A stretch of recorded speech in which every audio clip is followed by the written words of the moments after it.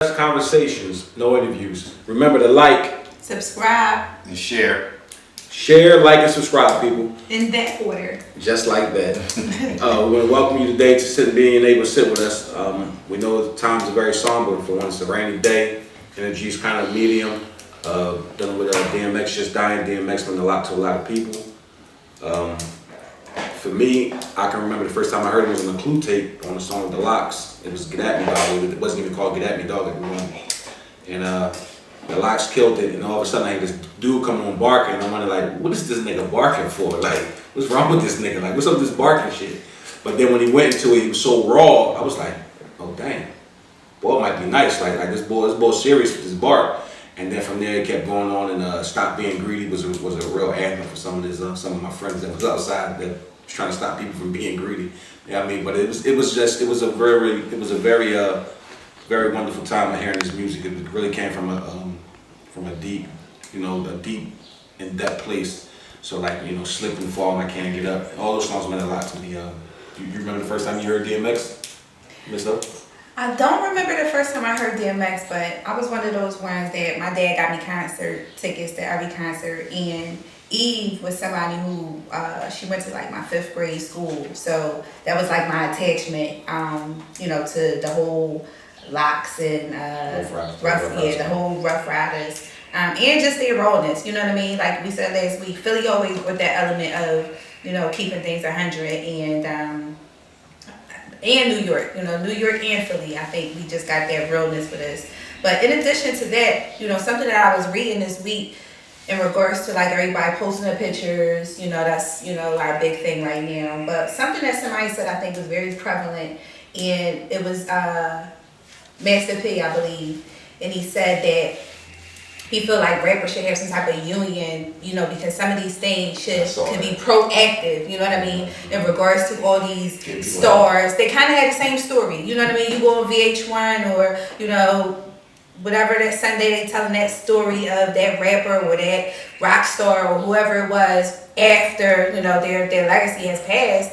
And again, it's so similar. It's almost like, what can we do to prevent these things from occurring? Or, what kind of network or union do you guys have collectively talking together? I see all the pictures floating around, but when was the last time you had a phone conversation with this person or reached out and, let them know that you meant something to them and vice versa? So, it's one thing to sit and talk about people after the fact, but we also gotta make sure that we make people know that we love and care for them while they are living and breathing. So what about you, Champ? When the first time you heard DMX? I can't remember the first time, but I mean, he was so iconic. Like I almost don't even remember hip hop without him. You know what I mean? Like I just remember coming up. That was around the time I probably was really just starting to get outside myself and So his first album was like 98, actually officially dropping, and he was on Clue tapes like 96, 97, yeah. So that whole time is my whole teenage beginning of my teenage years, you know what I mean? So yeah, I mean he was relevant, always gonna be relevant, you know what I mean? Mm-hmm. It's a big loss in hip hop culture. Even to me, I was gonna say even deeper than just rap for me. Even somebody that listens to rap, I think I'm very selective. He was somebody that I would also listen to in regards to What are you talking about? what he was talking His messages, about. yeah. His messages. I think he was very, there's a couple people that kind of put me all in the same mind frame, and that's DMX, Tupac Shakur, and the newest one. He think he Jesus. Kanye West, right? So listen, so after the whole situation happened, and people know how I feel about DMX, so I guess they were calling me and stuff like that. And I was just thinking of those three, and guess what they have in common? All three of them are Geminis. All three of them are Geminis, just like Donald Trump, right? And it's so peculiar that they have this intelligence about them. It's almost like they're two people in one. They, are so intellectual, but then on the flip side, they have this edge. Well, Big is a Gemini too, but he's a May Gemini. That's a difference. It's definitely a difference. Yeah, I think a June Gemini is more of a fire sparker. It's more Because they think because I lived in the household my whole life. okay. The June Gemini, Okay. yes, they have that spark. Yes. They do have something. They one of them people that like to do a whole lot of things. Yeah. You know what I mean? So when they're like the pros at multitasking. And I think when you're multitasking, you got so much going on at one time, it can kind of get overwhelming at times. You know, so that's what I kind of find that's common in all those three. But again, just somebody who was very intelligent, you know, and his voice alone, you just wanted to hear what he was going to say. That man, they said, had 17 children. So, wow. You know, that speaks volumes about a person's character because, you know, it's one thing for people to have children, but it's another thing for children to know who their father is. So I think that definitely says a lot about his character as a person. Well, yeah, I think the man had a great amount of spiritual intelligence and emotional intelligence. It's some of those prayers sometimes, it just hit me sometimes when I'm listening to him, like, damn, like, and you could be in a dark place, and you hear him talking about this dark place, and you're like, damn, like, well, damn, if he can come out of it, I can come out of it. And nothing he did I felt like was moral outside of me being me. So we got some entertainers where now you may see some men entertainers acting feminine.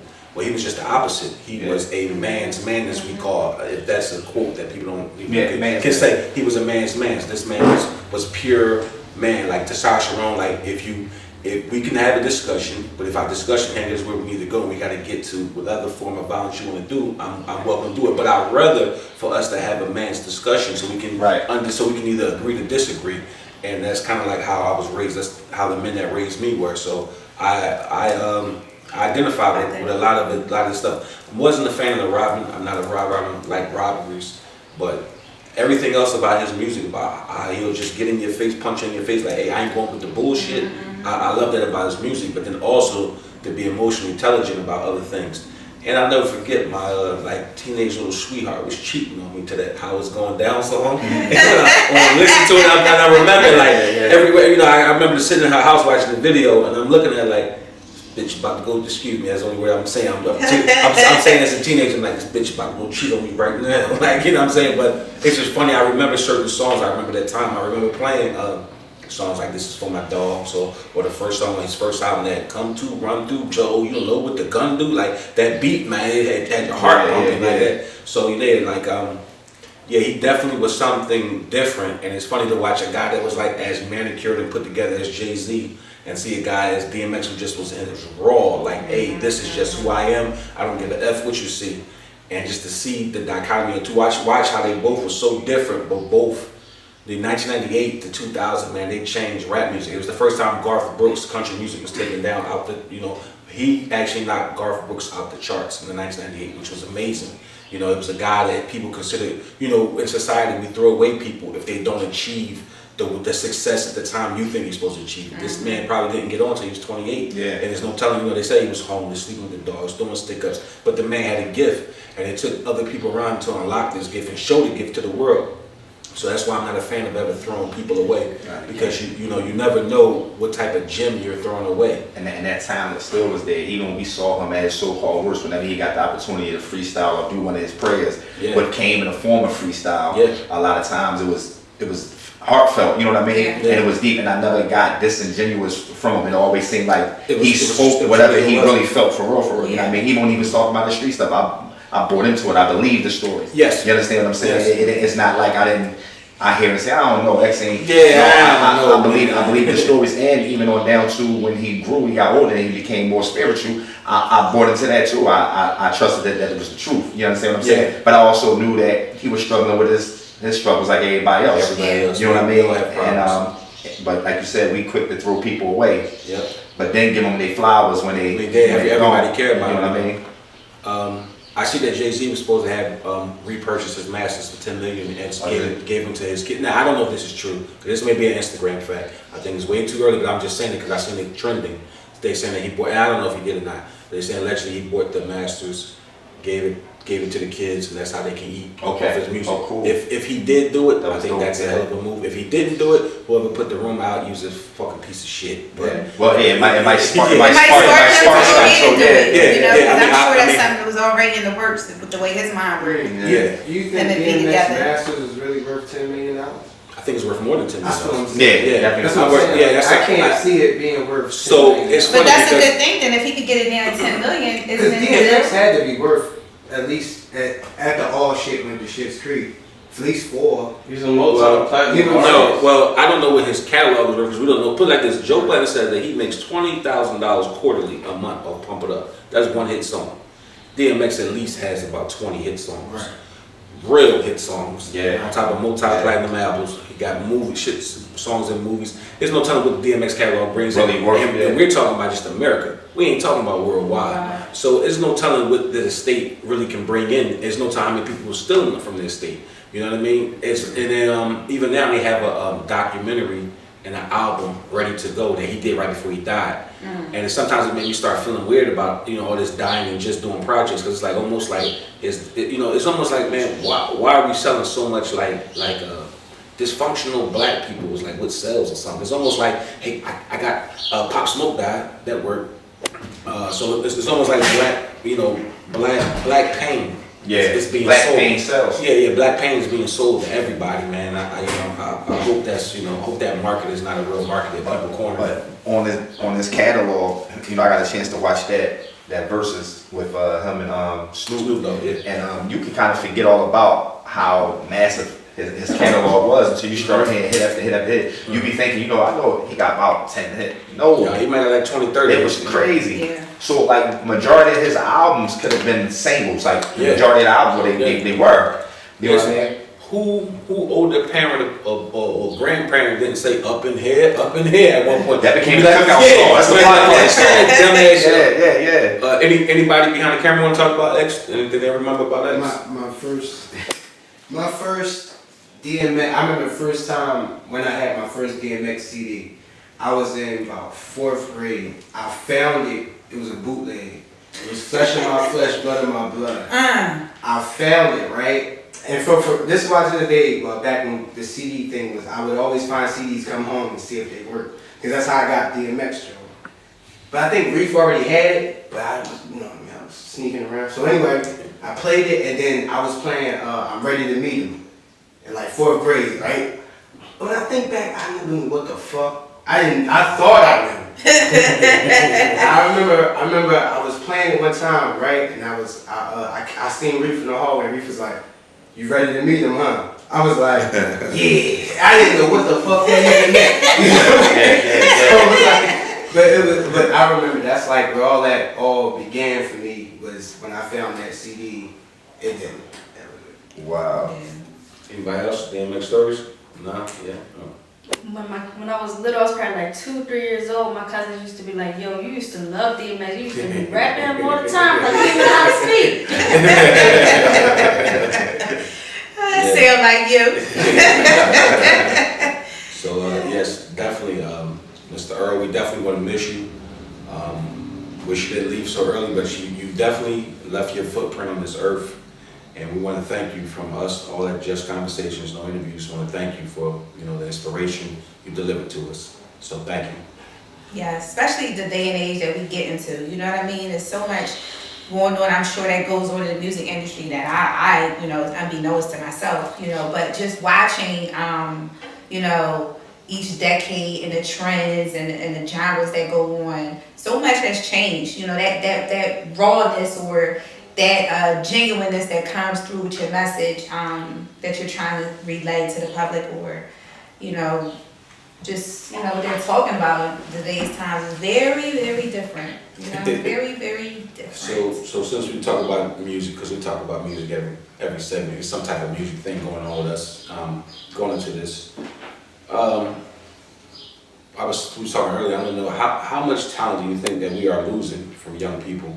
Young people want to be entertainers, rappers, influencers, and is it just an inner city thing, or do we think we're losing people all around? I think it's all around, but I think it's going to always be more inner city losses. I mean, I think it's most of that influence is geared to us, Okay. majority of the time. Like crack. Right. Yeah. And another thing, I mean, right now music can be considered It's the crack. Yeah, you know what I it's mean? mental So crack. it's geared to the inner city. So I don't really think you can even measure how much talent is being lost chasing what's so-called supposed to be the dream. You know what I mean? Yeah. You got a lot of kids who probably can be big entrepreneurs. You know what I'm saying? Doctors, lawyers, whatever we define as being successful. You know what I mean? But right now, I think they want to be buzzing. You know what I mean? Be Jay-Z. They want to be Jay-Z. I think they want to be Or buzzing Baby. and popular and popping more than they really want the money. The money, yeah. Yeah. They want to You be know what I'm famous. saying? They wanna be Yeah, I famous. understand that. I So, understand you know, with the intelligence that we got in our communities and the hustle and the drive that we got in our communities, nobody's trying to be, you know, Dame Dash. Nobody's trying to be, Yeah. you know what I mean? The Master P. Behind the scenes, Nobody's the trying guys- to be behind the The guys scenes. who really got paid. And we got a lot of guys It was that the can do that. masterminds. Yeah. That was the master truth. That's like, what I mean. you know, But we got a lot of those guys Yeah. in the city, you know what I mean? But they're not desiring. They're not tapping in. Yeah, They're not tapping into right. They don't desire it. Yeah. You know what I mean? Those guys are not, you know what I mean? Nowadays in time, we all know, you know, Dame Dash and all of them was cool. They the ones who was really the guys to the be. GOAT. But they was never put on the forefront like that. So, you know, they wasn't looked at as being cool. They wanted to be the popular one in the group. They wanted to be the rapper. You understand what I'm saying? The entertainer. And that talent might supersede that, but they'll dumb themselves down just to be whatever they think is about the ball player or whatever. You know what I mean? That's what you said. I was, you know, just about to get hyped because I love Jay-Z, but I love Dame Dash. Dame Dash is intelligent. They, you know, not to take anything away from Jay-Z. I don't know neither one of these men, but when I hear him speak, and I'm talking about 20, 30 years of him, you know, sharing his knowledge and the difference about that I see, right? You know, we have Jay-Z, like you just said, investing, you know, for his children, right? But over the years, I have not heard a lot about Jay-Z investing in the community. In regards to Dame Dash, I feel like he has been somebody that was always pulling people alongside with him. You know, it's one thing to give people game, but it's another to me grab your hand and pull you, you know, alongside with me. And that's just something I've always respected. I mean, but what I get, because, you know, I don't know him personally, but just when I hear him speak, he's a passionate dude. Yeah. You know what I mean? So if he's in it, he's in it. And, Yeah. and that's what it sounds like to me when I hear him. If he's believing in the projects, he believing in your dream, he gonna support you. I mean, he did a thing with, you know, another brother out there and lent him some money, and you know, they got to go to get it. Yeah, Get his money. You know what I'm saying? They run down on it. You know what I mean? So you're right. He is the type of person to pull you, and then you can supersede him, and he don't care. He's a He is part of not it. about that, You know what I yeah. mean? But we gotta be able to value him. See, and that's what we don't have anymore. You know, that's what we don't have. Everything I feel like is an agenda. You know what I mean? What can I gain from you? How can I, you know, like if I put you on, how am I benefiting? You know, it's nothing that's just a genuine me just trying to assist or help you, especially when you look at the music industry, right? Now, we know that they all get caught up into the drugs, the liquor, the women or the men, however it's going on the road, right? And we keep speaking about these things just like we talked about earlier. Who is their mentors? Who is guiding them? Who is, you know, assisting them, being supportive for them to kind of, you know, say, stay away from this, or, you know, at least have, I don't know, the clubs or the anonymous. I feel like in LA they got all the people, they got all the homes for you on it, right? What about the proactive things that they could be doing? What about all those people that your coaches, your mentors, your advocates, all those different people in every sector of your life to help people be their best selves? Like, what are we doing out here? Right. You know? So you was talking before the cameras came on about living with Miss Jones. You said when you was young. Oh my goodness. So tell us about Miss Jones and how is she a curator of, you know, children with talent? Again, and going back to everything that I just said, in high school, again, you know, I probably was somebody who was deemed to, you know, have this or do this and follow this certain path. And unfortunately, you know, I became a teenage mom. And when I was working for Ms. Jones, she was the counselor at my school, and she was, you know, kind of like another step up from Mama Karima because, You know, even though my crewmate instilled a lot in me, I feel like it was like two different worlds. She gave me the Afrocentric part and, you know, my roots and where I came from. She gave you the self-esteem. Self-esteem. And self-confidence. The confidence, all of those things. And Miss Jones kind of gave me a little delve into like playing the game. Corporate America. Exactly, how to play that game. So my job for her was to make sure that the students would come to her and figure out their path. You know, what you want to do in life, what school you want to go to, what are you interested in. And she did all of those things for you, and I don't see that in schools today. I don't see anybody guiding you. There's no counselors to kind of, you know, talk with you, check in with you, kind of see where you are mentally, spiritually, whatever may be going on in your life. Just those, like we said, those advocates or those people that are going to do those check-ins, whether it be weekly, monthly. And again, she was someone who I worked for, and you know, just seeing how she operated, but being that person that was helping guide your choices and decisions to steer you in the right direction. You know, so much that we don't know. When you talk about the job market and how we are, you know, losing out, of course we're losing out. It's so many jobs that students don't know about. You know, when you're behind the scenes, they don't know about those behind the scenes roles that most times you guys are making. Those people behind the scenes are making way more money than the people that are in front of the cameras, you know, but we don't know about those positions because we're not sharing the information. So that's definitely something that's a hindrance in our community, that we definitely gotta figure out a way to, you know, get back to the roots. I want to go to just one thing you said earlier. You said you don't know about Jay-Z giving back. He does give back a lot of now, especially now in his career. He's helping out a lot of those black companies that's small just to get over to him. Like even down to when Beyonce did her last long video, she used all black designers on a real big video. I know she always did the all-female being black. But they went to independent designers and made sure they got me. There's even a young lady who has a store, I want to say somewhere on Market Street, maybe between 30 and 40.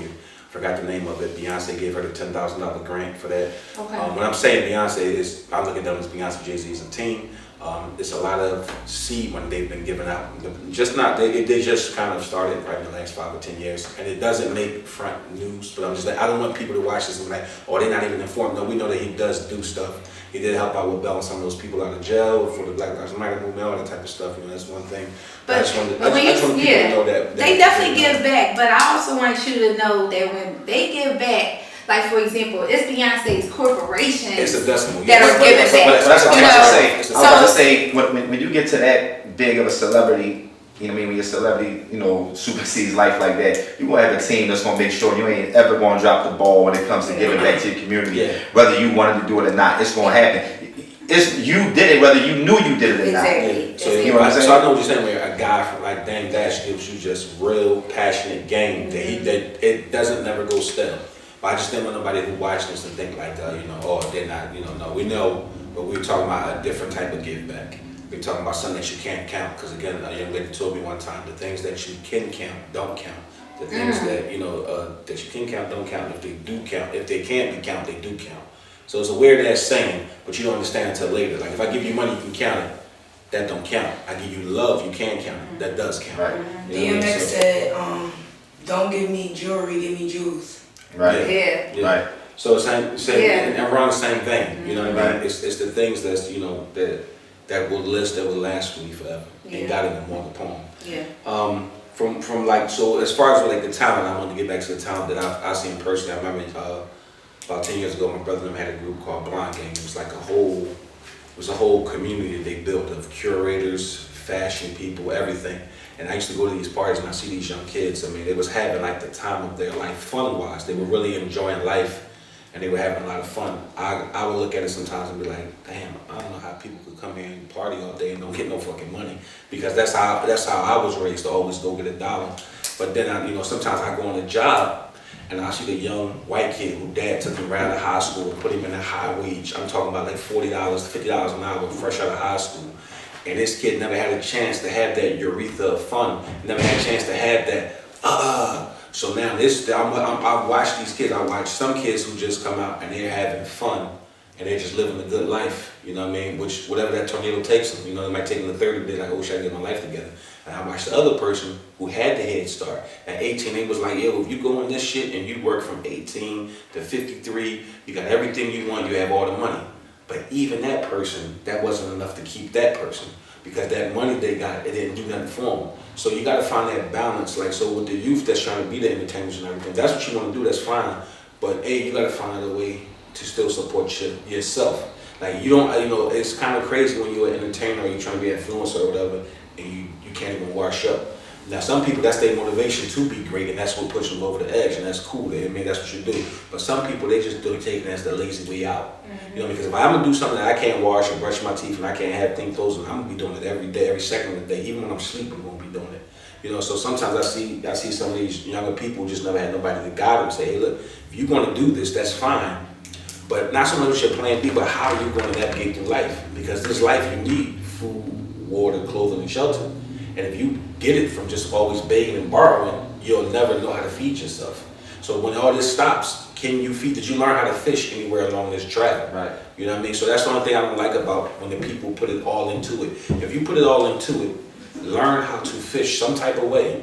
Because if you don't learn how to fish when you're trying to be this entertainer or this influencer or this athlete, you don't know how to fish, it's horrible. I remember guys I seen win high school city championships. I seen them sometimes sitting in bars begging for drinks. You know what I mean? Talking about, you don't remember me? And it's just like, damn. You know what I mean? It's crazy, this world when these people being taken on. Everybody use you. You're a guy when you're young, when you're hot. And then once you get colder, they just throw you away.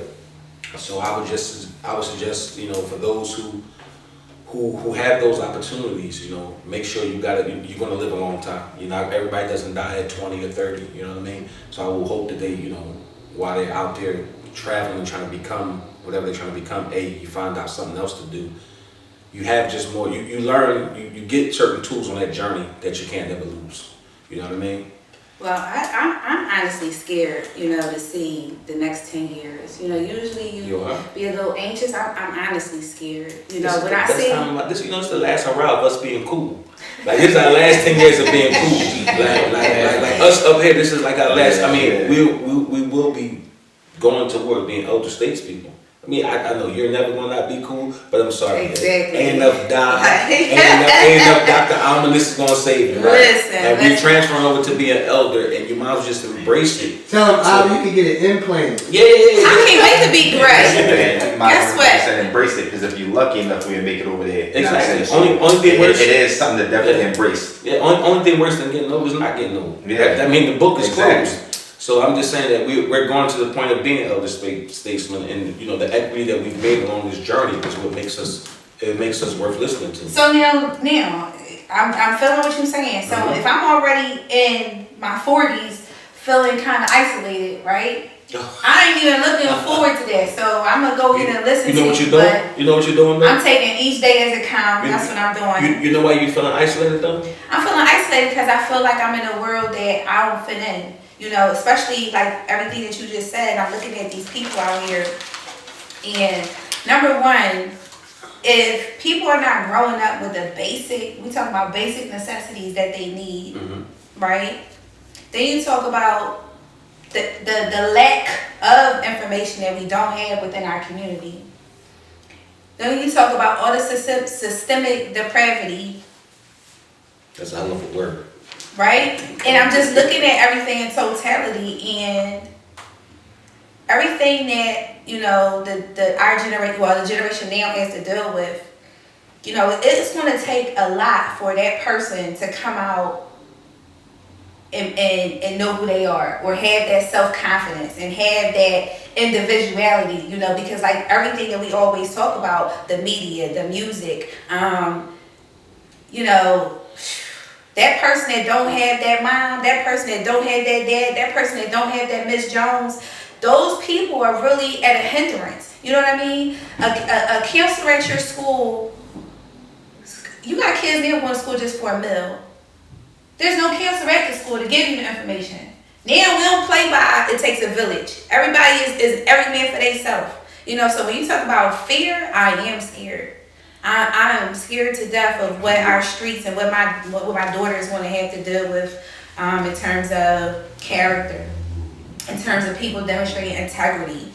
I'm scared to death. It is the generation lacks self-awareness. You know, we was coming up, even going to a public school. I went to a public school, but the era that I went to public school and during elementary school, all we was taught was who we are, and we was great at that era. Those teachers don't exist no more.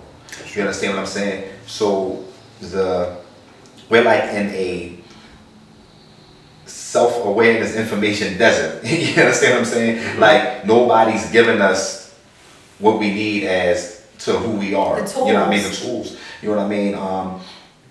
It's a whole different breed coming behind us. And the music messages is not even the same. There's no potent messages. You know what I'm saying? Everything is bland and whacked down. Nothing is, no substance. And these kids is like, so you figure if a kid today at 10 is really 20, you know what I'm saying? When they get 30, what they gonna have to look forward to? Like, what's gonna be the thing that excites them or drives them or give them the motivation? You know what I'm saying? It's That's like, the dangerous part of it. that's what I'm saying. That's the scary part of it. And too, something else that you said about, I'm losing it. I'm scared. Like, all I know is that I'm not really looking So forward let to. me quell your fears. Let me quell your fears. And I'm not scared about a lot of things. I understand, but let me quell your fears for one, right? All right, so up here, right? We will be the elder statespeople of this show. Everybody behind these cameras are younger than us, Okay. correct?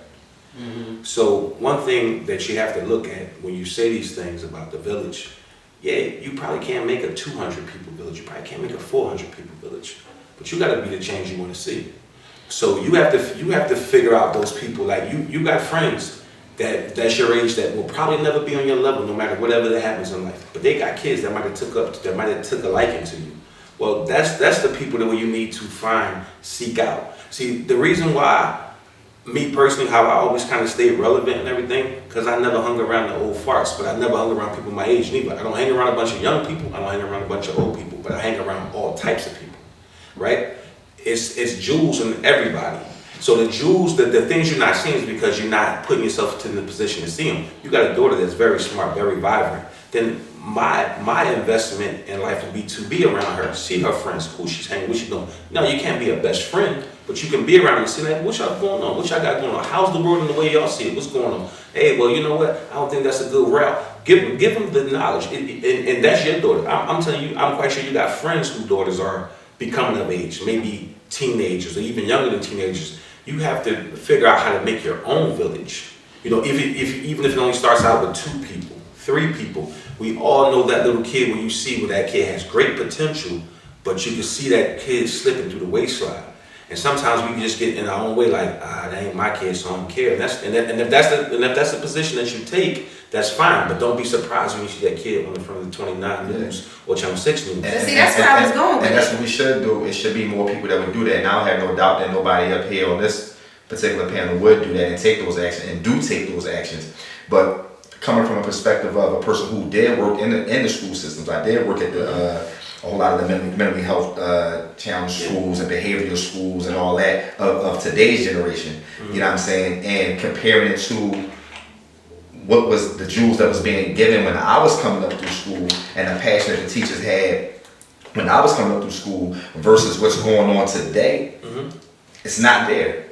That's true, but It's not there. So we're not talking about, like, when we make that statement and when she made the statement, like, who you are, what you're doing in your individual homes with your individual children and what you contribute to the community personally. But we're just talking about the things that's being delivered to you. Basically, your diet. What are you being fed when you go to school? What are you being fed when you listen to the music? Their music is not our music. Their teachers are not our teachers. So we're talking about the things that's when you send your kids out into the world, what are they eating when they go out there? You understand what I'm saying? So we're just talking about it from that perspective. But yeah, from a macro. You're talking from a macro perspective. So when you're talking about as a person, on your personal self, yeah, I mean, we all, I think everybody up here would definitely do whatever they need to do if they see any kind of youth going against what we know as being good and righteous. You know what I'm saying? But out there in the world, it's not the same as when we was coming up, and I know firsthand because I was working in them systems. You know what I mean? It's not the same, not even close. What I'm saying, in terms of self-awareness and you getting real jewels about yourself and giving you that confidence and that build-up, but it's the thing not about it is there. that all of us in here are jewelers. We all are jewelers. Everybody, the people watching this, everybody's a jeweler. You know what I mean? One thing I'm not going to sit around and focus on, you know what I mean, is the problem. It's going to be like, it's going to be like, no, What's the solution? You know what I mean? Because I've learned that even if you fix that one kid, we don't know who's the next Fred Hampton. Yeah. We don't know who's the child we're going to inspire. Because, yes, I know I can't walk into a room of 200, 300 kids who don't give a fuck about me or what I got to say and change the world with what I'm saying to them. I know I can't. But I can inspire that one that will walk in there and tell them. So what I'm saying is that, like, anytime you have that moment to really engage with them, it could be somebody just outside selling waters. I seen the young bucks out there on Springfield Avenue selling their Gatorades and waters the other day. Pulled over, just gave them some money. It just was to say, like, I like what y'all doing. Keep it up. You know what I mean? Like it comes a point sometimes, man, where like the shit is overwhelming. But we know we can't wave a magic wand, but we all can do something to spark something. I don't want people to look at this shit and be like, man, they right, so I'm not doing it. No, that's not what we're saying. Me personally, I'm saying that no, it's something we can do. Yeah. Because I'm not saying that we can change a room of 6,000 people. Fuck no. What I'm saying is that we could be the one that tell that young person, hey, listen, this is how y'all moving. I think y'all moving wrong. I think y'all should be doing this. Hey, you ain't even gotta take my advice, but as long as I know I told you. One thing about all of us is we got brains and eyes, we got ears. We know when somebody was bullshitting us and we know when somebody was telling us the truth. Yeah. So the truth can't be denied. Even though people will hate you for telling the truth, it's the most boringest thing and the most, audacity thing. Like people, how could the nerve of you to tell me the truth? As long as you give them the truth, they can't lie to their stuff. You know what I mean? So for me, like I said, man, I'm looking at honestly really starting to actually take on some of the problem children I see with some of my friends and people that I know that have not, and not saying I'm putting them in my house and no shit like that, but just to have a one-on-one mentor with them, especially in the summers when I got more free time, just to show them something different in life. Because, if sometimes the child just ain't going to get it from you. The children I help raise don't get it from me sometimes. They got to hear it from somebody else. Mm-hmm. I can say the same thing, but they ain't going to receive it right from me sometimes because they're going to be looking at me like, the fuck you know. You know what I'm saying? For whatever reason. I don't know, this shit goes back to slavery. So, the breakdown in the household and I gave them a pretty stable household. So just imagine that kid that never had a stable household. You know what I mean? They like, man, I ain't trying to hear this shit. But if you got 20 kids in the room, it's that one kid that got that thing in them. You know that kid when you walk in the room, you're like, this is the one. So as a teacher, I'm quite sure you've seen a kid where like, I gotta get this mother effing, excuse me. I gotta get this child in control. Because once I get him in control, everybody else will fall in line. Mm-hmm. You know what I mean? And that's what I think. That was my game when I was working in the schools because I did behavior support. Mm-hmm. So I'm the guy who sent the kids to when it was a problem. Mm-hmm. So I'm really more hands-on with that area of study because when you're a teacher, you're the educator, so you're not really there for discipline. You're not really even there. You're not even going to hear his story. You're not going to hear none of that because you don't have time for that. But see, that's not real education. But that's what I'm about to say. Mm-hmm. So listen to what I'm saying. All my kids are mine. So listen to me because you come from the generation where all of our teachers felt like that. Yeah. So you are. You are a product of your environment, and that's the point that I'm making. So in today's schools, when I was coming up, every subject I went to. Did you just throw a gang sign? No, what I'm saying was it's empty. Like we don't have what he's saying. Yeah. So like every subject I went to, all the way up till I got to high school, every subject I went to, each of those teachers shared the same passion. I did not feel like they didn't care. I did not feel like they was just there for a check.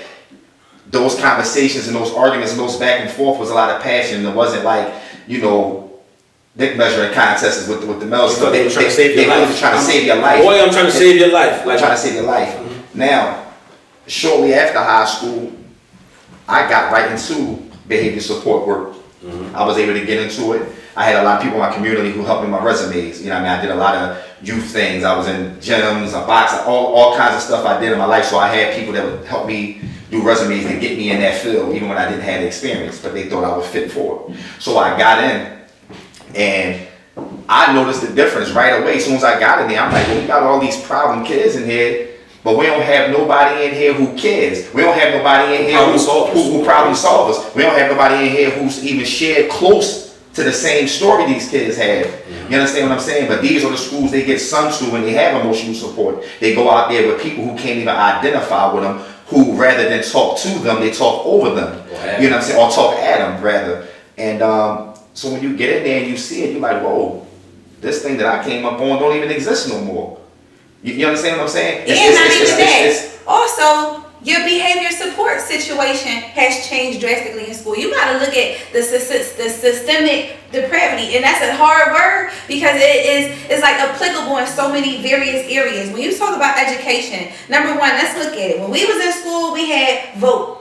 We could get wood shop. We learned how to sew. We learned trades in school. So then they took that out of school. You got about 2 schools in the city of Philadelphia that teach you a trade. So then you've also taken away the counselor services or people that's giving you knowledge in the schools and things like that. And they give you, now you got a little program that you could go on to by yourself and see what schools, what colleges and so forth. But who's doing that alone, right? Now, with the teachers, you said that you had a teacher every year that made sure you did X, Y, and Z, right? We don't have that. Not even do we not have that, you have an educational system, number one, where each school, we're supposed to be working for the city of Philadelphia, for the people, right? Our job is for the people, but you have individual principals that want to dictate and act like it's a dictatorship, and everything is not focused on education, but more so on who you are and what you do. Test results. Not even test results. They're not looking at data. They're not looking at data. The only results that they're looking at is what child is clocking in to ensure that they get that money for that day. That's what they care about. How much money the school is earning each day, the dollar and cent on that kid's head. And when you talk about education, education, number one, is not one center, one person, right? You have differentiated instruction, which means that every person is going to learn differently. You might have those 3 that learn together, and you 3 might learn together. But in terms of instruction, it's individualized, right? Which means that every person needs a different formula in order for them to be successful. Now, when you are not providing that to the best of your abilities, and you talk about everybody getting something, what are they getting? If nobody is really immersing themselves and really providing what the children or what our community needs, how are they gaining anything collectively? So you talk about, it ain't about harboring on the problems, but again, I want you to look at things whole, because it keep going around from generation to generation. They put something in the school, then they take it out. They give us money, then they take it out. Then you give certain money to certain neighborhoods, but it's for a certain reason. Now, in behavioral health, there's no more 101s in school. Now you have, what do they call it, STS rooms. Right. So it's kind of like going back to just having a detention room, right?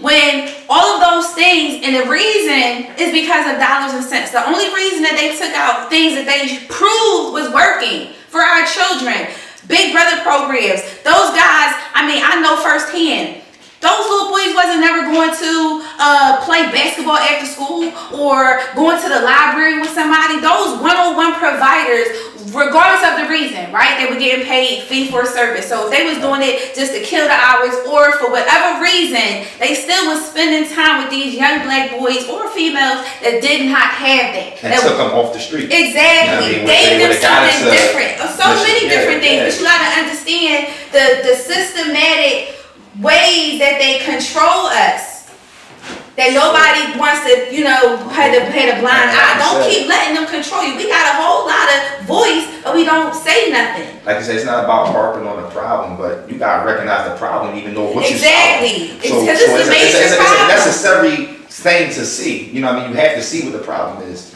You have to know what it is. Because when we talking about giving all these things, right? Now you got parents that are friends with their kids. They're the same age. They doing the drugs with their kids. They doing the TikToks with their kids. And if you talking about an era, just like last week we talked about, if you promoting, that you need a fake butt and fake titties to be pretty, what is that female in your household learning? If you taking your little son to get your nails done every weekend, what is he seeing as manly? Or what activities are these boys at? When you talk about football games, all I see is women. My son was in football for 10 years. All I seen was women calling me, the chats. Everything is women-centered. I mean, when you talk about the problem, it takes 2 people to make a baby. Let's start there. Let's start with being responsible for the things that you signed up for.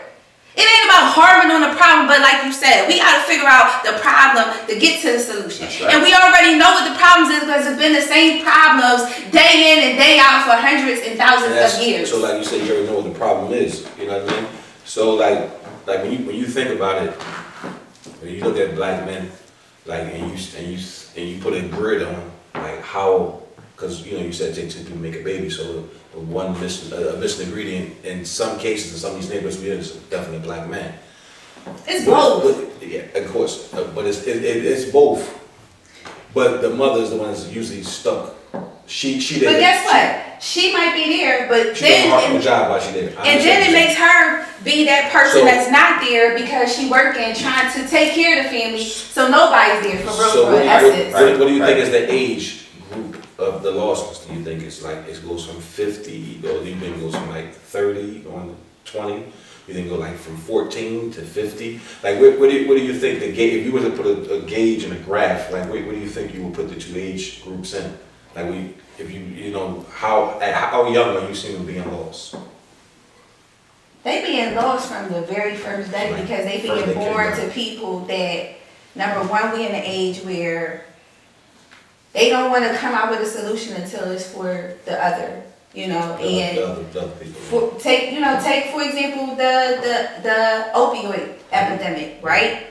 How long people been popping pills, crack, snorting cocaine, all these various things that go on, but as soon as Frankfurt, number one, wanted to gentrify, you know, let's look at it twofold. As soon as they wanted to gentrify that area, and now it's let's remove heroin and let's get these heroin facilities to help aid these people. It wasn't until the politicians who were whose daughters and nieces and things were visibly being affected that now they want to have solutions to these problems that has been prevalent in our communities for eons.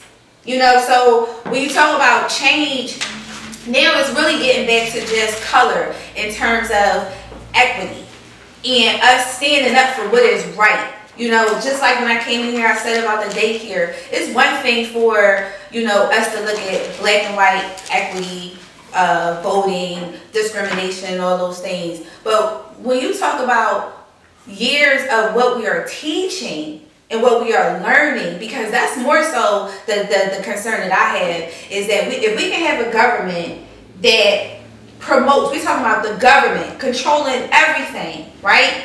Now dictating and telling us we have to get vaccinations. A government dictating and telling us, sending out discriminatory messages or, you know, incite, just all the different things that go on in our society. If these are the people that have so much say-so, this is what we're learning. They dictate what's in our history books. They dictate what's in our lessons. They dictate the teachers that come into our areas because it's all systemic. You know what I mean? The money, the area, parking. It's certain little things that teachers just not going to do and they know it. Period. Well, I got you on that, Pim. But I'm sorry, go ahead. Yeah, I mean, I just want to touch on something because as you know, you brought up the shit with the pills from last week, and go ahead. You was going, man. No. I ain't gonna forget what I got to say because I got it written down. So go ahead. No. This is one thing. Go ahead. I did notice this, and I think we acknowledge so much of issues and problems and wrongdoing. I don't think we bring light on the things that is being done right. So we talked about black fathers being missing. Now, since I've been working in schools and since I've been a parent myself and I'm in and out of schools with my children, man, I know a lot of black fathers, and it's way more out there than people are than it's being promoted. And I think that's one of the things that we're recognizing. A lot of times we getting fed these other ideals of what's happening, and then that wind up being a narrative, and then people wind up accepting that narrative and not being fathers, but it's not the truth. So you got to promote the thing that's out there.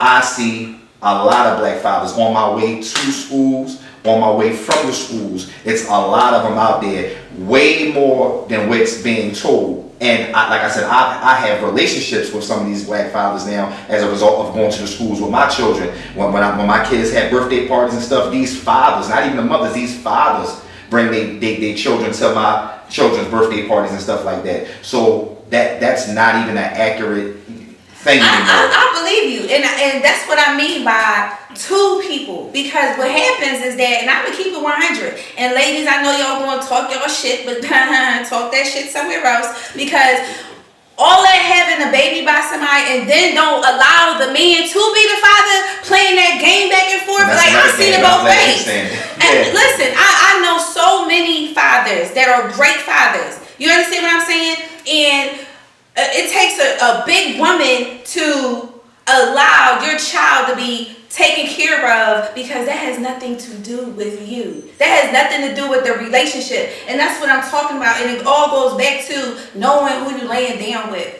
not just knowing their street name. You know what I mean? I'm not coming for you, but let's look at the bigger picture. You know what I'm saying? When your child is 20 years looking back, do they want to just say you was the smut, you was the side joint? Do you want that to be in the news? You know what I mean? Like, think about the choices before you make the choices. Have somebody to talk to. I think if I wanted to look at any type of solution to any problem, it's having a network that you can talk to. I think so many people feel isolated out here. So many people, you know, they say my girlfriend, my homie, my this, that, and the third, but they're not even comfortable being honest with that person about what they're going through. So how is that somebody that you even consider your dog? That's not, he not barking for you. I don't follow that. You know what I mean? And if anything, we got to come to a place of community, a place where, regardless of color, you know, because we all, men and women, going through the same issues and same things and same problems, same family problems. And we don't talk and act like, you know, that we have a connection with each other. I think nothing is ever going to be at a better place. All right, so I want to get back to something you did say, because I know people are going to try to go for the facts. I'm sorry, y'all. Yeah, My bad. yeah, I know. You really on one today, but I love it though. So, you know, I know people are going to try to go back to the facts and try to, you know, go back on something you were saying about like the Frankfurt, the pills and shit like that, right? So for one, when they started going against big pharmaceuticals, it was Big Pharma was one of the first companies they went against. Big Pharma company was made by this guy back around the Great Depression. He went broke. When he goes broke, he come back out and he gets all of his kids together and say, hey, listen, we're going to go back in the pharmaceutical game. But when we go back this time, we're going to do it right. The first thing they made was Valium. So let's just think about our relationship to Valium. We all know pancakes and syrup, V's and stuff like that. So that family was allowed to go out there and make this thing. And it was allowed to put this thing out. So this same company, Big Pharma, is the ones who made oxycodone in 1996. They made the oxycodone. Through tests, they knew that the oxycodone was way too strong. It was stronger than morphine. But they said, nope, don't tell nobody. Yeah, because they probably was giving it to the black community. Well, no. This was all out getting money from everybody. Okay. Right. And their slogan was, it's not black, no, it's all bottom feeders. The bottom feeders mean any poor nationality, we're going to rape them. And what they were saying was that we're going to rape their pockets. So what they said is that the thing was, the epidemic, what they said was that they made people sell pills like the way people sell timeshares. I don't know if you guys ever deal with people telling timeshares, they're some of the most aggressive sellers ever. They won't take no for an answer. And the guys that own the company will ride with their salespeople and see like, yo, how you selling? Let me see how you selling that thing. Sell these pills. And their saying was, the big epidemic is not the pills, it's because pain hasn't been treated. So, That's what I was gonna say. So it was the biggest crock of shit. Because that was after perks, right? But Yeah, who was the people that's 1996. really profiting? No, but big Doctors. Pharma, no, not the Not doctors. doctors? The people who actually made the pills. Yeah, the people Big that's Pharma. Okay, Big manufacturing. Pharma. So this company, this family, they're called I got it down here in my notes because I seen it today. Purdue Pharma, the Sackler family. Their name is all over all types of institutions, all types of halls and stuff like that because they donated big time money. When you look at the amount of pills they sold, they just made $10 billion in 2008 just off pushing the oxy. And I look at that and I say, damn, that's more than Big Meech, Aaron Jones, Craig Haynes, Kabani Savage, and those guys killed people and did whatever, did things, but nothing was more treacherous as Big Pharma did. Right. And all they made 10 billion in 1 year, and their settlement is only to give out 4 billion It's crazy. over a That is 10-year colored. period. Oh, they're white.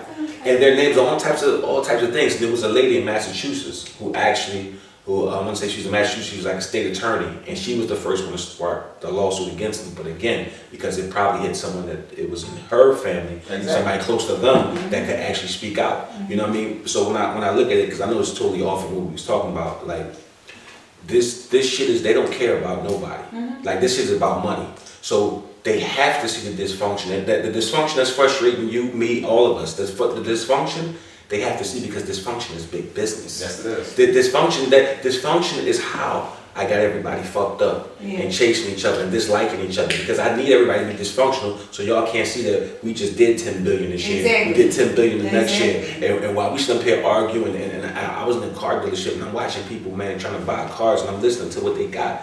And I'm like, Jesus Christ, you paying the rent, and now you about to take 22% interest on a car note? Like, I'm just like, Jesus Christ, like, do you think, like, and I thank God that, thank God some of you people are having money right now, but you got to be careful of things you're investing in and what you're doing with your money. So they keep everybody like this.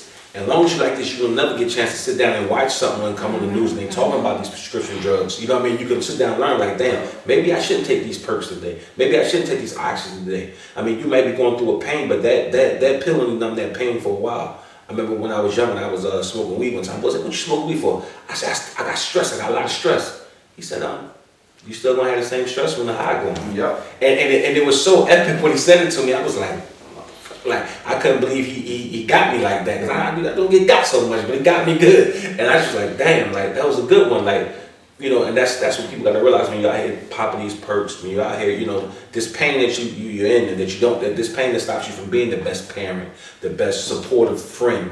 You know what I mean? This pain that stops you from being honest to people. Like, all that shit is all running with each other, and that's where we all kind of missing it, because now it goes into no, you're right, you're wrong, you're right, and we doing all this, and we sometimes I call them useless conversations, because again, what can we start at on a micro level that can make a macro change? Yeah. If everybody who watching this that got a kid or got a friend that may have a child you saw hanging on the corner doing something stupid, you ain't gotta go do nothing crazy. Just tell them, hey, listen, man, let me put this little seed in your head. Hey, I did that. I don't think that's really gonna work for you. You know what I'm saying? Where your end game at on this? Where's your end game? You know what I mean? Sometimes sometimes you're so busy in the moment you don't think about an end game. That's one of the questions I ask my student. How do you want to be remembered? Yeah. I feel like that's one of those questions that make you, a lot of times we'll think about our daily choices, or have a plan or write goals on a frequent basis. But when you think about your end plan, how do you want to be remembered? I'm sure all of us in here have gone to a funeral or, janaza, whatever your religious background is. But, the things that people say about somebody when they're gone, I hate to say you almost listen more, but I don't think it resonates more. Or, just your final mark on the world. Like, how do you want to be remembered? I don't think nobody would. Well, it depends on where they at in their life at that time. Because you ask some of the people out here now, they might want to be remembered as the biggest dope or the I want to be Aaron Jones. I want to be this one. And when you ask that question right at this point, man, you might not get a genuine answer, because they know that answer is not really the answer that has. It's not a smart answer. You know what I'm saying? But I think it still will make them think. yeah, it would. I think it's a question that should be asked. You know what I mean? I don't think it should be asked, but it's just recognizing where they at. You know what I mean? Yeah. It's kind of hot in this joint right now. Y'all good on this? Y'all good on this? All right. So, one thing we wanted to talk about, I didn't get a chance to talk about, we usually do like pop culture when we first come on. Concrete Cowboys, pretty dope movie. I watched about half of it. It's pretty good. While watching it, I seen the area it was shot in. It was shot like around the Strawberry Mansion area. Again, that was we talked about it in the pod before this that you'll probably be watching Monday. That that area was going to be gentrified, but 10 years ago they said it's the worst area to be in. The movie is shot in there. People saw the movie and actually donated to the stable. So Concrete Cowboys is about a guy, black guy that's raising some horses. His son did something in Detroit, had to come back and live with him. And his black lady said a real fly line in there. Young man, he didn't want to obey his dad's rules. So he run out being disrespectful, don't come back at the right time. And so the young man is trying to get back in. His dad said, nah, my door shuts at 11 o'clock. Yes, done. So you go across the street to the lady and say, hey, can you let me in? And the lady told him, I can't let you in my house yet. You ain't eat no pig slop.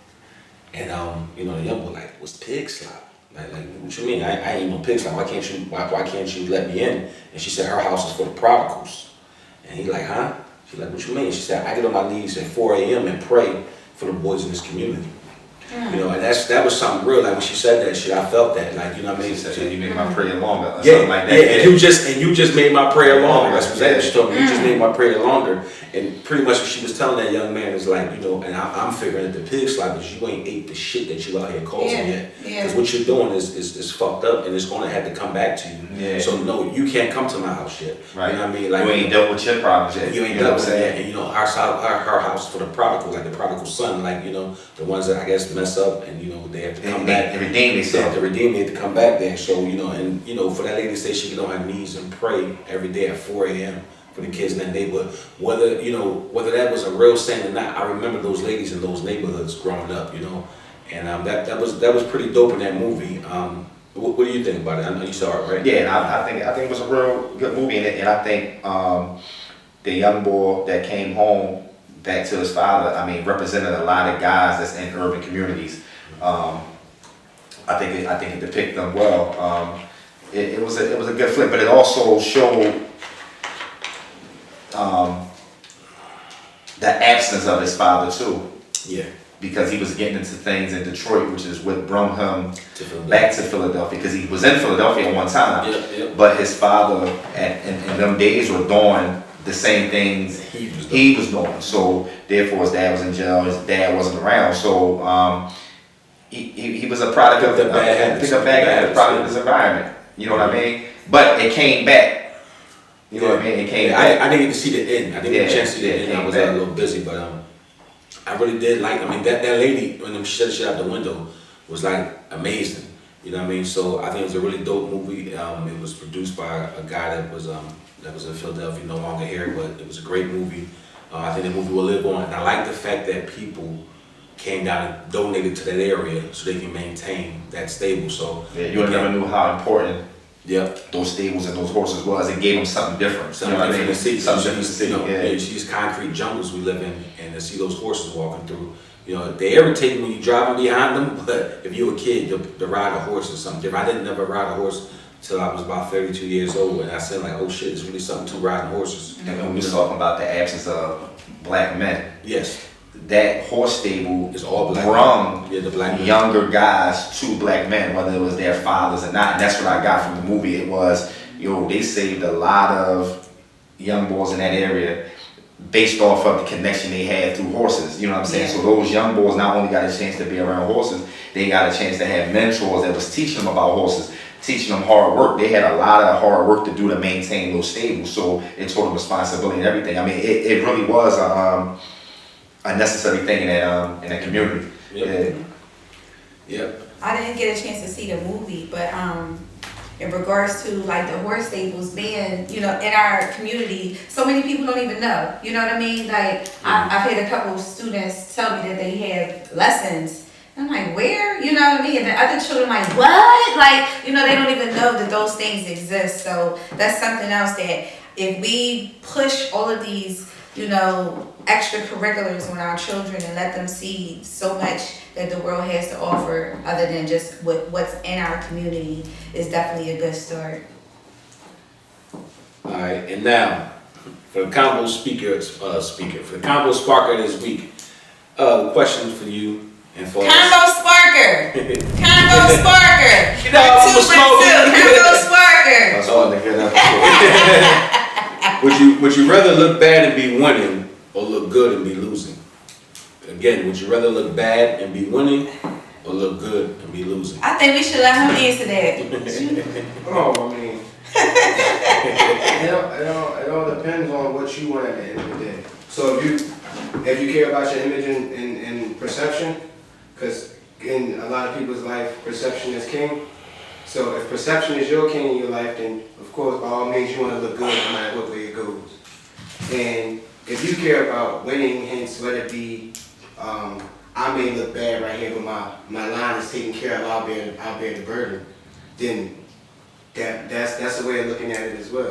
So that's what I think. So what works for you? Which one would you apply?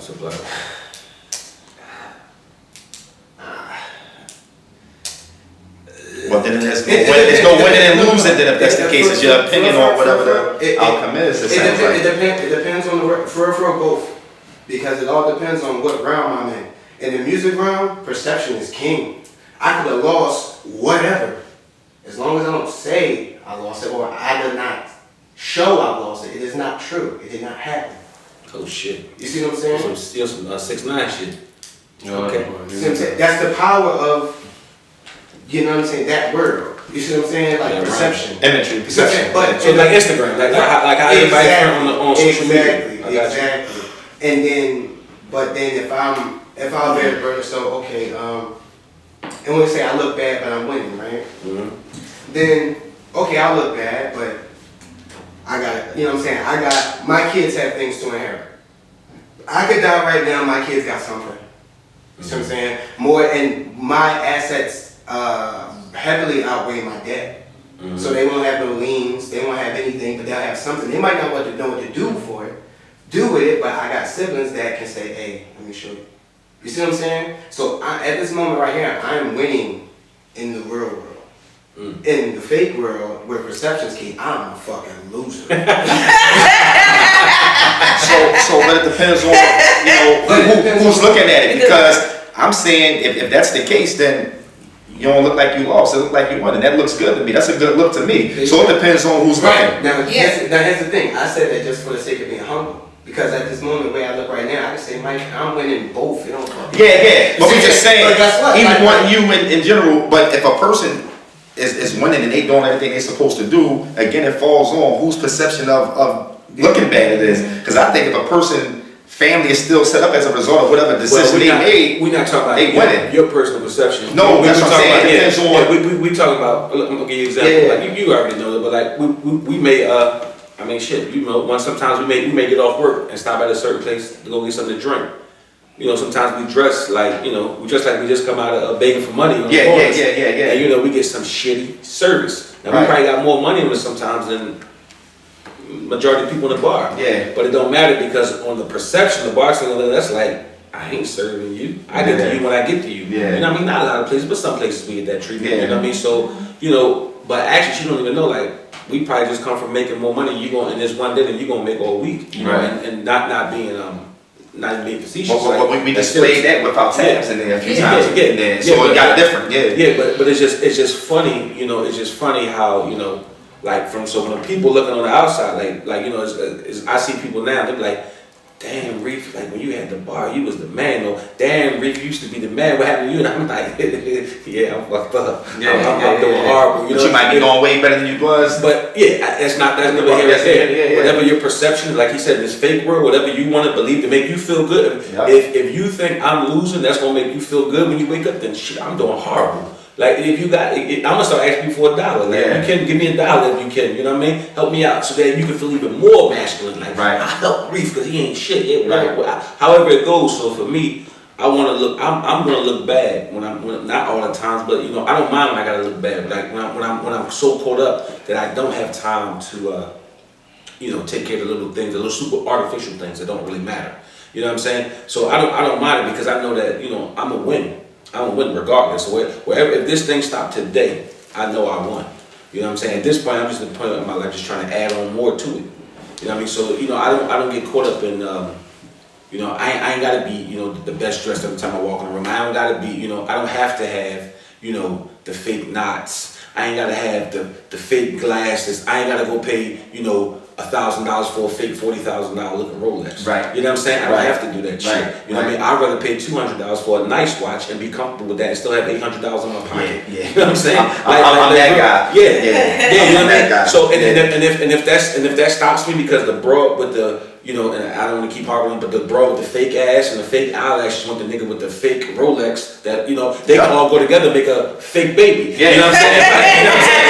Like there's nothing from nothing equals nothing. You know what I'm saying? So it doesn't matter to me. You know what I mean? It doesn't matter to me. So I want to look, you know, however, I want to look good to be winning. I want to look bad to be winning. The key is I want to be winning. Yeah. Period. So you know, if I'm looking bad, but I'm winning, then shit, I'm cool with it.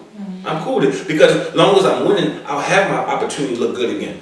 But all that fake, so right now we see a whole bunch of fake shit out here. PUA, I'm telling you, man, this PUA money got it so fucked up. I don't even want to go outside and spend money right now. Because to me, when you outside spending money, you're a hunter. And you killed your prey. You came outside and you like, yeah, this is what I got. This is what I do. This is my shit. Now I'm out here and I'm looking at motherfuckers that's making, you know, a good digit off of doing nothing. And I ain't hating on it, but I shouldn't have to compete with you. It should be almost like it should be almost like when you go to the stadiums and shit. It should be like, yo, even you motherfuckers that got money, all right, we're gonna let y'all in the stadium of life, but go sit your ass up in the rafters. Anybody that been getting this shit for 10, 15 years here, y'all go get the box seats. You know what I'm saying? And you motherfuckers that been getting for 50 years, y'all get the floor seats. But there's no way a motherfucker who just been bullshit for the last year on PUA should be able to be even considered to a motherfucker that's really getting out here getting it every day. You know what I mean? It is just my opinion. It's crazy for me, like that part. But I don't even matter to me. that's Like because I'm never in competition with nobody. So I'm never even in position to even feel like I'm comparing myself to a PUA dude or a person who's getting it. I'm one of the people. You have to compare yourself. No, I'm just saying. But I move such at the beat of my own drum that I don't even notice none of that. Like I'm on my own. I'm in my own lane. You know what I'm saying? And I think a lot of people need to find that because when it's your lane, it's incomparable. You the shit in your lane when it's yours. So you know what I'm saying? So when you find yourself trying to compete and you find yourself trying to be somebody else, you're gonna always lose because you're playing somebody else's game. In my lane, I'm the winner. It's mine. You understand what I'm saying? I'm just saying so when you got these people who have like the PUA money, they out there, they doing it for the grand, they doing it for this and the third. Outside of the fact that they ain't doing what some people would consider to be the right thing with the money, they already lost whether they had it or not because they ain't doing nothing for them. Everything is for everybody else. You gotta do what you gotta do for you. Like to give you an example, man, you know how you might say some people like, yeah, I ain't gonna go buy a Rolex, I ain't gonna go buy this, I ain't gonna buy this, I ain't doing it for them. Man, some people just acquire a certain lifestyle. Oh, yeah. So some people, it's not even doing it for you. Man, I might wake up in the morning, put $1,000 pair of sneakers on, but that's what I wanna do. You understand what I'm saying? I don't care if you like them, you might not even know what they was. You understand what I'm saying? Because I'm doing it for me. Like, everybody ain't doing it for likes, man. Everybody ain't doing it for competition. You know what I'm saying? Mm-hmm. Certain people have a certain quality of life, and that's what they stand on, and that's what they out here grinding for, whether you know it or not. It ain't even about being braggadocious, but the ones who's being braggadocious, you know who they are. You understand what I'm saying? And let them win. God bless them. You know what I'm saying? It's like I would say it's just in contrast to both what you guys are saying. You guys obviously have already had it for a long time. Not me. Let's all play the fake humble game. So with all that being said, it's the feeling. It's the feeling. These people have been disenfranchised, or in their mind they have been disenfranchised. They've been forgotten. They're the shit stain of America. Yeah. And I have a moment to be worth $16,000. Do you know what to do? Yeah. But not have the moment to have 16,000. Bro, look like let me finish. But $16,000 at once. In one shot. Yeah, in one shot. Now, granted, listen, this is their yearly salary. Mm-hmm. You understand? Normally, these people make 16 to 25. This is the average. You know what I'm saying? When you normally talk to people. Yeah. And you mean tell me I'm gonna make 16 to 23,000 right now in my hand? Let me tell And you. I have it. Like what else are you gonna I do? ain't mad at the pool money. Like you know what I'm saying? Now, granted, you could be a little wrong for, in essence, feeling yourself to the point that you come in here and be like, I'm the fucking, I'm just as good as you. Yeah. I'm just as good as you. And only thing y'all gotta do, like both y'all two both said, y'all want both do y'all own thing. So at the end of the day, but no one's may not be stepping up to you like, hey yo, yeah, Reef, Mike, I'm just as good as you. I'm doing it for blah, blah, blah, blah, blah. You know what I'm saying? Yeah, what you put there? Think about it. People been seeing y'all spend money for years. Now they have. Ain't nobody seen me spend shit. Right. So people ain't see shit for years, but now they next to you and they able to do that shit. Yeah. They want to feel them. They want the They feeling. be chasing that feeling. They They want be the chasing that feeling. Do they are they enjoying that feeling? Because Yes. case in point, I'm We're listening all to you. listen, America has made Instagram have all of us are junkies to an extent. I'm talking about my generation. We're all junkies. Like y'all up there, so y'all know what real life is. My generation, we in the middle. We know what fake life is and real life. That's what keep us like this. But below us, they know the other side. Right. See what I'm saying? So now instant gratification is. I don't what think they they want, yeah, gratified. yeah, I yeah. really just don't think they gratified. I can see if you was really getting pleasure and being happy, but they not. Or even they just constantly chasing that happiness and it's only What and it's about lasting happiness? like so instantaneously. What about a crackhead? What they say about when It you must get be. crack? That's what I'm You know that's what I'm saying? trying to say They because feel it for what, 30 seconds? Yeah. Like they say Yeah. 30 seconds to a minute, Yeah. and they'll never, and then they want that again. They want that That's feeling all. We're all junkies. So that Gotta be. that minute, the thing about Instagram is 1 minute. You get to watch that person for 1 minute, or they watch you. They take you in for 1 minute, and you are now high. Right. Because you see them numbers go up. Right. Whenever you get that crackhead, when you break $1 grand, that's 1 minute. 2 minutes. Oh, 16. Oh my God, 16,000. You know what I'm saying? We are junkies now. Now you just see that 16,000. Next post you put up 1. What's wrong? Yeah. What happened? They don't like me no more. Yeah. They don't like me Your no more. heart, yeah. your heart drops to your ass. I guess you see what I'm see, saying? I don't know nothing about it. It's that low now.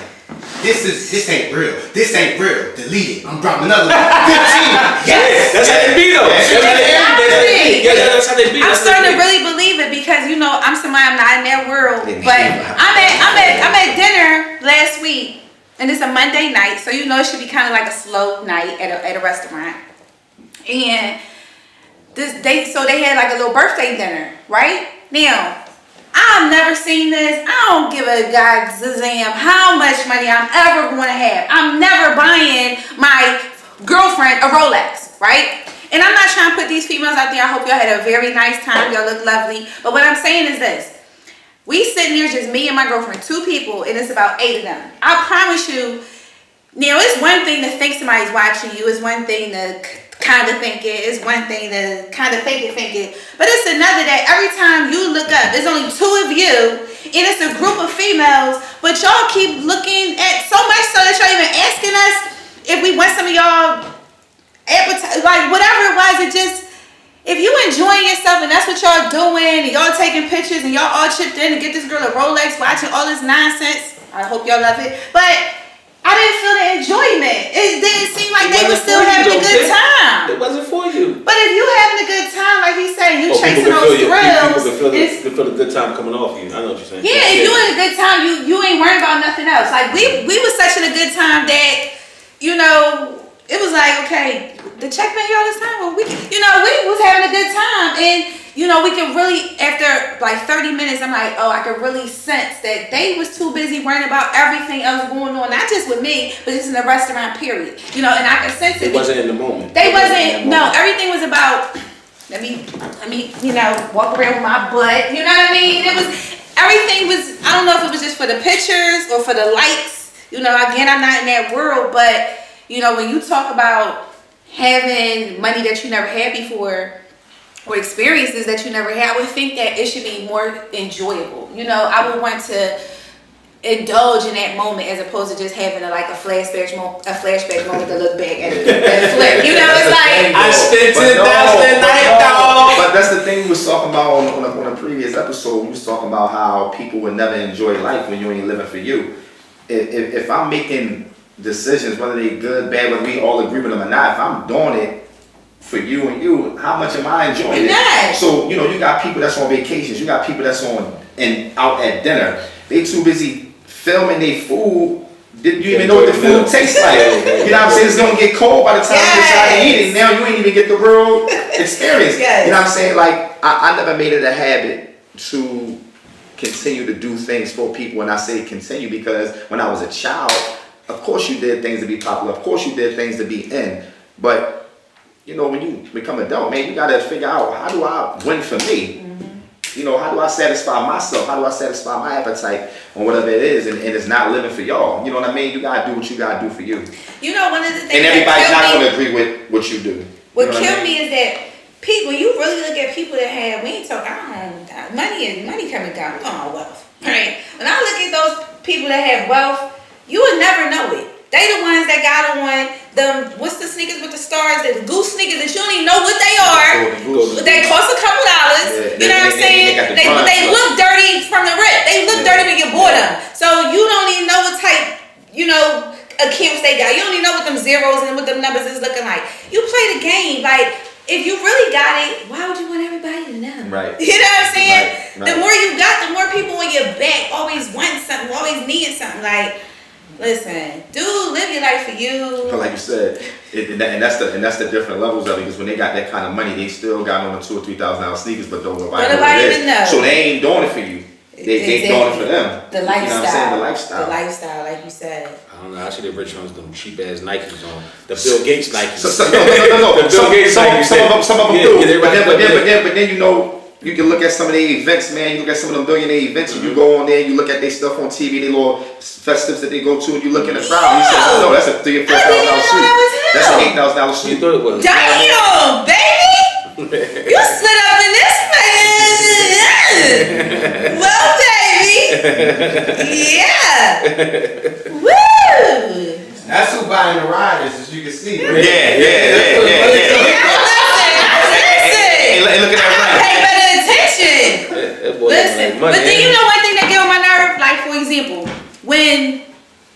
now this could be a thing that I start paying attention to only because it was Philly. But when Meek started fucking with Nicki, now you wearing fucking Chanel bags. Like, bitch, Chanel been out for forever. Like, I couldn't understand that. You would never find Toni Braxton wearing the same type of bags that these little girls is that could get on the street. You know what I'm saying? Like, when that's how you know the difference between ghetto, bougie, money, having class, and having wealth. You know what I'm saying? Please stay in your own lines, in your own lanes.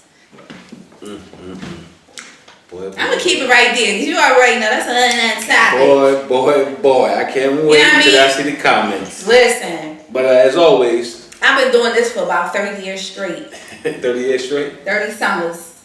Yeah, that's how it goes. I don't know. I'm talking heavy. This is my first day ever It's a being joke, here. it's a joke. It's my first day. How many cameras we got now, Em? One? Everything rolling now. Okay. Well, always, as we always say, we got anything else we want to cover? I had another topic on here, man, but we did pretty good today. We did, but we definitely got to next week. We got to make sure that you guys kind of look into the news, look into the situation, because if nothing else, we have to support one another, regardless of what city, what state. I think when we speak in volume, that's when we are making some growth and some changes. Like. Hey, did we cover Brown's family? We didn't cover that while the camera was on, right? The Yeah, shop got right some thing? of it. That was in the beginning. That was in the beginning. Y'all got the shop right stuff that we talked about, right? About the black. Yeah, make sure that makes the cut. Circle slash. Yeah, circle slash it.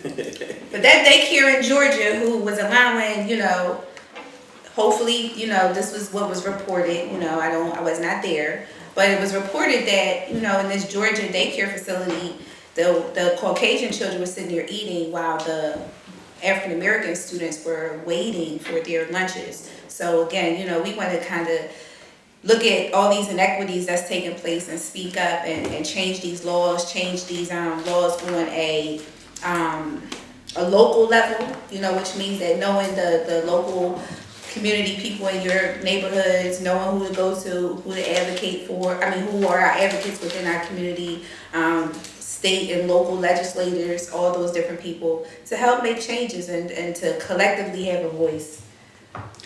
That's a great thing. As you're leaving out, I want to shout out my main man Paul Pierce, because you made ESPN fire you by putting on Instagram with the strippers and smoking the weed, but then you went and got a new job at what's that called? That one that Gilly and them deal with. Damn, Barstool Sports. So I like how you got them to fire you just so you can go get a better paying job over there. Smart move, my man. Smart move. So Paul Pierce, you are the man of the day. With that being said, I'd like to thank everybody for tuning in. Again, always just conversations, no interviews. Remember to like, subscribe, And share. and please, people, comment in the section. Have a good one. positive or negative comments. We'll take it all.